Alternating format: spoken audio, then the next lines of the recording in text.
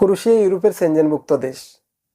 ইউরোপের সেনজেনভুক্ত দেশে আসার পরও বাংলাদেশিরা কেন ক্রোয়েশিয়াতে থাকতে চায় না? তারা কি ইচ্ছা করেই ক্রোয়েশিয়া ছেড়ে চলে যায়, নাকি তারা বাধ্য হয় ক্রোয়েশিয়া ছেড়ে যেতে? আজকের ভিডিওতে এই বিষয় নিয়ে আলোচনা করব। আমি তাজুল ইসলাম ফুলমিয়া, জাগ্রিব, ক্রোয়েশিয়া থেকে। তাজ ব্লগ অফিসিয়াল ইউটিউব চ্যানেলে যদি আপনি নতুন হয়ে থাকেন, চ্যানেলটি সাবস্ক্রাইব করে বেল বাটনটি অন করে দেওয়ার অনুরোধ রইল।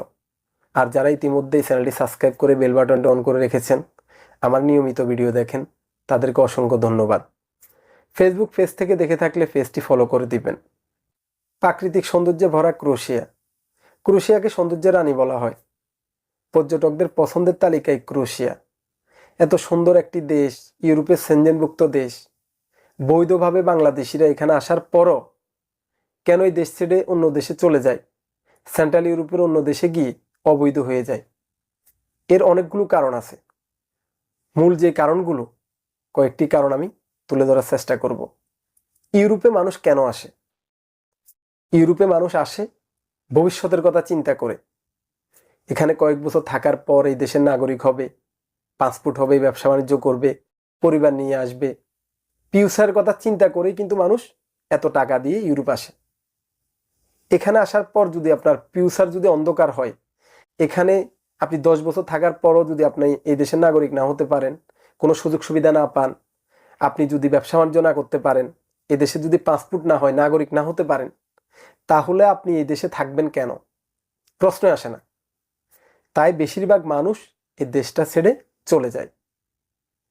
এই দেশ নামে মাত্র সেনজেন, কিন্তু তাদের যে সিস্টেম, রুলস, রেগুলেশন, এগুলো আমার মোটেও পছন্দ না। গালফের বিভিন্ন দেশে যে সুযোগ সুবিধা পাওয়া যায়, অনেক ক্ষেত্রে ক্রোয়েশিয়া সেনজেনভুক্ত দেশ হলো সেই সুযোগ সুবিধা আপনি এখানে পাবেন না। আপনি এখানে আসার পর কোম্পানি যদি আপনাকে রিসিভ না করে, নিজের খেতে হবে, নিজের রুম ভাড়া দিতে হবে, সবকিছু নিজের। এরপরে একটা এজেন্ট খুঁজতে হবে অথবা একটা কোম্পানি খুঁজতে হবে, সেখানে আপনাকে টাকা দিতে হবে। কোনো কোনো ক্ষেত্রে 300 ইউরো থেকে শুরু করে 2000 ইউরো পর্যন্ত আপনাকে দিতে হবে।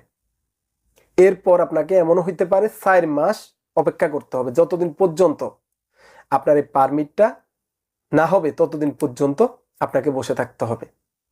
এরপর ধরেন পারমিট হইল, চাকরিতে গেল, 5-6 মাস কাজ করার পর মালিক বলল যে আমার লোক লাগবে না। এরপর আবার নতুন করে কোম্পানি খুঁজতে গিয়ে ওইখানেও টাকা দিতে হবে পারমিটের জন্য, আবার লম্বা একটা সময় বসে থাকতে হবে। এদের পারমিটটা গভর্নমেন্টের না, এটা কোম্পানির। এদের সিস্টেম খুব সুন্দর হইতো যদি একটা পারমিট ক্যান্সেল হওয়ার পর 1 সপ্তাহের মধ্যে নতুন পারমিটটা যদি তারা ইস্যু করতো, তাহলে এটা সবার জন্য সুন্দর হইতো। আমি এখানে আসলাম, আমার ফিঙ্গার হয়েছে, আমার টিআরসি হয়েছে, আমার সব কিছু ওকে, আমি জাস্ট কোম্পানিটা পরিবর্তন করলাম, তাহলে এত লম্বা সময় আমাকে কেন অপেক্ষা করতে হবে? এই যে একটা প্যারা, এই যে একটা মানসিক চাপ, এই জিনিসটা সবাই নিতে পারে না, আসলে সবার পক্ষে নেওয়া সম্ভব না। একজন মানুষ ক্রোয়েশিয়াতে থাকা খাওয়া সহ কমপক্ষে মাসে 400 ইউরো চলে যায়। একটা নতুন মানুষ এখানে ধার দেনা করে আসে, তার পরিবারে অর্থ পাঠাইতে হয়, সব মিলিয়ে সে যদি এখানে চলতে না পারে কিভাবে অর্থ পাঠাবে? এমনও হয় দেশ থেকে অনেকে টাকা আনতে হয় এখানে। আচ্ছা, সবকিছু মিলিয়ে এই প্যারাটা অনেকে সহ্য করতে পারে না, এই কারণে চলে যায়। আর যাদের কোম্পানি রিসিভ করে, যারা ভালো একটা পজিশনে থাকে, তারা কেন চলে যায়? তারা চলে যাওয়ার কারণ হচ্ছে তার ফিউচার নাই। এখানে লম্বা একটা সময় থাকার পরও সেই দেশের নাগরিক হতে পারবে না। কাগজে কলমে আছে যে আপনি এখানে যদি 5 বছর স্থায়ী একটা কোম্পানিতে বসবাস করেন, থাকেন, কাজ করেন, 5 বছর পর আপনার পার্মানেন্ট রেসিডেন্সি হবে, পিআরপি। 8 বছর পর পাসপোর্ট। এটা খাতা কলমে থাকলেও আজ পর্যন্ত ইন্ডিয়ান, বাংলাদেশি বা নেপালি পাইছে কিনা আমার জানা নেই। 2-1 জন পাইতে পারে। এখন 1000 জনের মধ্যে যদি 1-2 জন পাই, 100 জনের মধ্যে যদি 1 জন পাই, 2 জন পাই, আমি যে পাবো এটার গ্যারান্টি কি? ইউরোপের অন্যান্য দেশে নাগরিক হতে হলে যেই সহজ, তারা প্রসেসগুলো সহজ করে রাখছে, বা হয়তো মোটামুটি ভাষা জানতে হবে, তাদের কাজের পারমিট থাকতে হবে, বা কোথাও থেকে পারমিট নিতে হবে, মানে বৈধ হতে গেলে একেবারে সহজ করে রাখছে। কিন্তু ক্রোয়েশিয়াতে আপনি এই দেশের স্থানীয় নাগরিকের মতো ভাষা জানতে হবে, তাদের সংস্কৃতি সম্পর্কে জানতে হবে, এবং ক্রোয়েশিয়ান ল্যাঙ্গুয়েজ আপনি তাদের মতো লিখতে হবে। এটা সবার পক্ষে কোনোভাবেই সম্ভব না। আমরা বাংলাদেশি, যে যে দেশেরই হোক না কেন, ইন্ডিয়া, পাকিস্তান, নেপাল, যে দেশেরই হোক না কেন, আমরা চাইলেও এখানে এসে তাদের মতো ভাষা শিখলেও আমরা লিখতে পারবো না, তাদের সংস্কৃতি তাদের মতো জানতে পারবো না। এই কঠিন পরীক্ষা দিয়ে আপনাকে এখানে নাগরিক হতে হবে। এটা অনেক না, আমি বলবো যে 100 জনের মধ্যে হয়তো 1-2 জনের পক্ষে সম্ভব হলো, 99 জনের পক্ষে এটা সম্ভব না। তাই দিনের শেষে এই দেশটা ছেড়ে যেতে বাধ্য হয় যারা ভালো পজিশনে আছে, তারাও ফিউচার কথা ভেবে। আর একটু আগে যে বিষয়টা বললাম যে টিআরসি যদি গভর্নমেন্টের আন্ডারে হইতো, আমি একটা জায়গাতে কাজ করলাম, আমার কাজ চলে গেছে, আমি আরেকটাতে সাথে সাথে চলে গেলাম। আবার পারমিটের জন্য যখন অ্যাপ্লাই করে, এই যে মাঝখানে 2-3 মাস বা 3 মাস, 4 মাস, 5 মাস, যেটাই হোক, এই সময়টাতে আপনি কাজ করতে পারবেন না। ক্রোয়েশিয়াতে অবৈধ লোক নাই বললেই চলে, আর অবৈধ লোক এরা নেয় না। এই যে গাল্পের দেশগুলা দিয়ে উদাহরণ দিচ্ছে, আপনি যদি একটা কোম্পানি চেঞ্জ করেন, আপনি মাঝখানে যে সময়টা লাগে, এটা বেশি সময় লাগে না, খুবই অল্প সময় লাগে। কিন্তু অল্প সময় লাগলে আপনি অন্য একটা কোম্পানি বলেন, সাপ্লাই বলেন, একটা কাজ করার সুযোগ থাকে। কিন্তু এখানে কাজ করার কোনো ধরনের সুযোগ নেই। তা আপনি এখানে এসে বাংলাদেশ সমান 70-80 হাজার টাকা মাসে খরচ করবেন, তাও আপনার জবের কোনো নিশ্চয়তা নেই। এটা কয় মাস আপনি করতে পারবেন? আবার এরপরও সবকিছু মাইনা নিলেন, এরপর আপনি দিনের শেষে ইউরোপের মতো একটা দেশে বা ইউরোপের একটা সেনজেনভুক্ত দেশে এসেও আপনার ফিউচার নেই। আপনি এই দেশের নাগরিক হতে পারবেন না, এই দেশের পাসপোর্ট পাবেন না, এই দেশের পিআরপি পাবেন না, পরিবার নিয়ে আসতে পারবেন না। তা আপনি কেন থাকবেন এই দেশে? আমরা কেন থাকবো?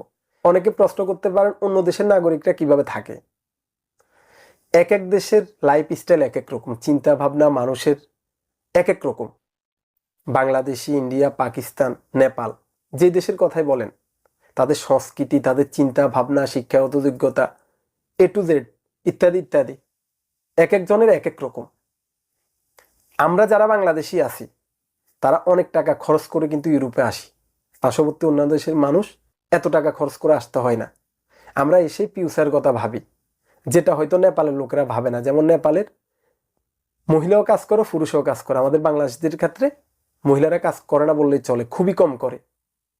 তাদের দুই দিক থেকে ইনকাম আসতেছে। স্বামী যদি বেকার হয়ে যায়, স্ত্রী ইনকাম করে, স্ত্রী বেকার হয়ে গেলে স্বামী ইনকাম করে, অথবা দুজন একসাথে ইনকাম করে।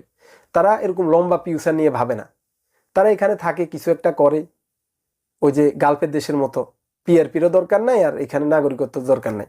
একটা সময় তারা টাকা ইনকাম করে চলে যায়। তাদের একটা সোসাইটি আছে, কমিউনিটি আছে, তারা সহজে কাজ পায়, তারা সহজে আসতে পারে, তাদের জন্য এখানে অনেক সুযোগ সুবিধা। কিন্তু বাংলাদেশিদের কমিউনিটি নাই, অনেক বাংলাদেশি নাই, কেউ কাউকে সহযোগিতা করতে চায় না, হেল্প করতে চায় না। একজন মানুষ এসে যখন বিপদে পড়ে যায়, নাক পর্যন্ত যখন পানি, তার নিঃশ্বাস বন্ধ হয়ে যাওয়ার একটা অবস্থা হয়, তখন বাধ্য হয়ে এই দেশটা ছেড়ে যেতে হয়।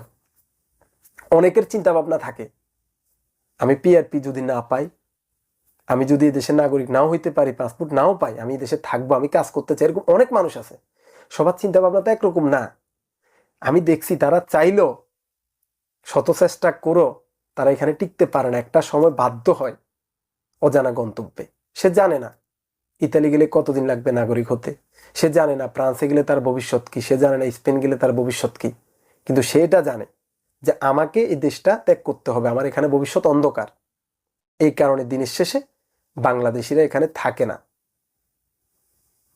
তার মাথায় একটা জিনিস থাকে, সেটা হচ্ছে আমি যদি ইতালিতে 5 বছর 10 বছরও যদি অবৈধভাবে থাকি, আমি দিনের শেষে ওই দেশের নাগরিক হতে পারবো।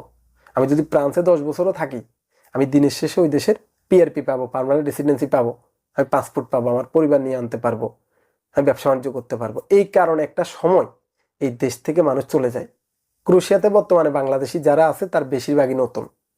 আর যারা 1 বছর হয়ে গেছে, 1.5 বছর হয়ে গেছে, 8-9 মাস হয়ে গেছে, তারা অনেকেই পর্তুগালে কাগজের জন্য অ্যাপ্লাই করে এখানে ট্যাক্স চালাচ্ছে, অনেকেই স্পেনে বাসার অ্যাড্রেস করে এখানে আবার চলে আসছে।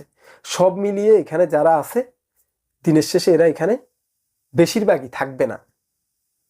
ডে বাই ডে তারা একটা সময় এখান থেকে চলে যাবে। এটা হচ্ছে অনেকটা বাস স্টেশনের মতো, বিভিন্ন জায়গা থেকে এখানে আসে, একটা সময় যে যার গন্তব্যে চলে যায়। এছাড়াও আরো বিভিন্ন ধরনের সমস্যা আছে। আপনি চাইলেও এখানে খুব সহজে হালাল খাবার পাবেন না, কাছাকাছি মসজিদ পাবেন না, বাংলাদেশিদের সহযোগিতা পাবেন না। যারা নতুন এখানে আসে, বিভিন্ন ধরনের মানসিক চাপে থাকে, কারো থেকে বুদ্ধি পরামর্শের জন্য যায়, তারা তাদেরকে প্রস্তাব করে যে ঠিক আছে আমি চাকরি দেব, আপনি আমাকে 200 ইউরো 300 ইউরো দেন। এরপর টাকা নেওয়ার পর তাদেরকে আর খুঁজে পাওয়া যায় না। ডানে বামে দালাল আর দালাল। আর এই দেশের নিয়ম কানুন থেকে শুরু করে আরও অন্যান্য ইন্টারনাল অনেক কিছু আছে, এগুলো আমি চাইলেও একটা দেশের বিরুদ্ধে আমি কোনো কথা বলতে পারি না। এই বিষয়গুলো আপনারা বুঝে নেবেন। এখানে চাইলে নিয়মকে অনিয়ম করা যায়, অনিয়মকে নিয়ম করা যায়, টাকা দিয়ে সবই সম্ভব। আমি চেষ্টা করি ইউরোপের বিভিন্ন দেশ সম্পর্কে আপনাদেরকে একটা ধারণা দেওয়ার। আমি চেষ্টা করি ইউরোপের বিভিন্ন দেশের বাস্তবতা তুলে ধরার জন্য। আমি চেষ্টা করি আপনাদেরকে সঠিক তথ্য দেওয়ার জন্য। যারা আমার ভিডিও দেখার পরও চ্যানেলটি সাবস্ক্রাইব করেন না, লাইক করেন না, তাদের কাছে অনুরোধ থাকবে চ্যানেলটি সাবস্ক্রাইব করে বেল বাটনটি অন করে দেওয়ার। আপনারা যারা এখনও ইউরোপে আসেন নাই, আসলে বুঝতে পারবেন একটা তথ্যের জন্য, একটা ইনফরমেশনের জন্য আপনাকে অনেক টাকা খরচ করতে হবে, তাও আপনি সঠিক তথ্য পাবেন কিনা সন্দেহ আছে।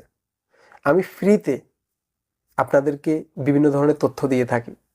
একটা ভিডিও বানাতে হলে এটার পিছনে অনেক শ্রম ঘাম আছে, অনেক ধরনের তথ্য সংগ্রহ করতে হয়। 5 মিনিটের একটা ভিডিও 5 মিনিটে হয় না, এটার পিছনে অনেক কষ্ট, অনেক শ্রম ঘাম দিতে হয়। আপনাদের কাছে অনুরোধ থাকবে যারা আমার ভিডিওগুলো দেখেন আমাকে সাপোর্ট করবেন, চ্যানেলটি সাবস্ক্রাইব করে বেল বাটনটা অন করে দেবেন। আর যদি সম্ভব হয় ভিডিওটি শেয়ার করে অন্যদের মাঝে ছড়িয়ে দেবেন, যাতে আমার অন্য একজন বাংলাদেশি ভাই সঠিক তথ্য পায়। ইউরোপে আসার আগেই যে দেশে তিনি যাবেন সেই দেশ সম্পর্কে অন্তত প্রাথমিক একটা ধারণা যেন তিনি নিতে পারেন। সবাই ভালো থাকবেন। আবার কথা হবে অন্য কোনো বিষয়ে। আল্লাহ হাফেজ।